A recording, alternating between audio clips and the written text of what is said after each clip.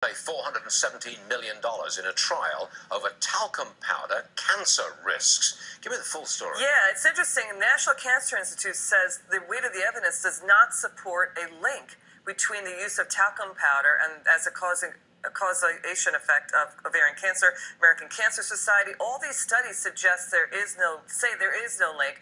The most they can come up with in terms of a consensus, possible link. Possible. But four juries found a link. Already, yes, those 4 juries, more than $306 million has been given out already. Now, in this case, more than $415 million given out in just one case. So now we have Johnson & Johnson revealing 4,800 pending claims it has to deal with. It's saying it's going to appeal these verdicts.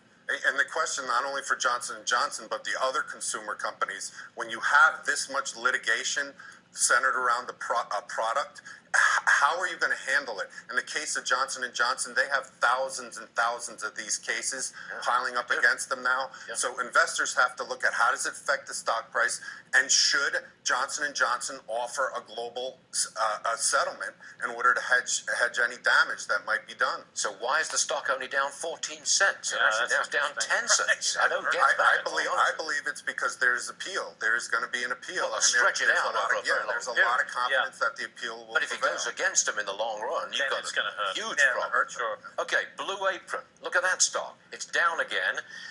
Actually, now it's dead flat, unchanged completely. It's been hit with multiple class action lawsuits about the information it disclosed before it went public, retention rate of customers, that kind of thing. Would you touch Blue Apron at $5 a share? No, first of all, I've said this is a train wreck from day one. Amazon buying Whole Foods is going to annihilate them. But I want to say something. What you're beginning to see with this litigation after companies go public, you have the lawyers crawl out of their holes and file litigation against these companies for not disclosing things. I'm not saying that Blue Apron disclosed everything they should have, but every IPO, watch it, even Facebook, when Facebook declined, every IPO you have a team of lawyers coming in and filing lawsuits to try to generate some fast cash. I think it's a very bad precedent because you know, if you're smart, you look at a company like Blue Apron and you say, I'm not going to buy that after it goes public.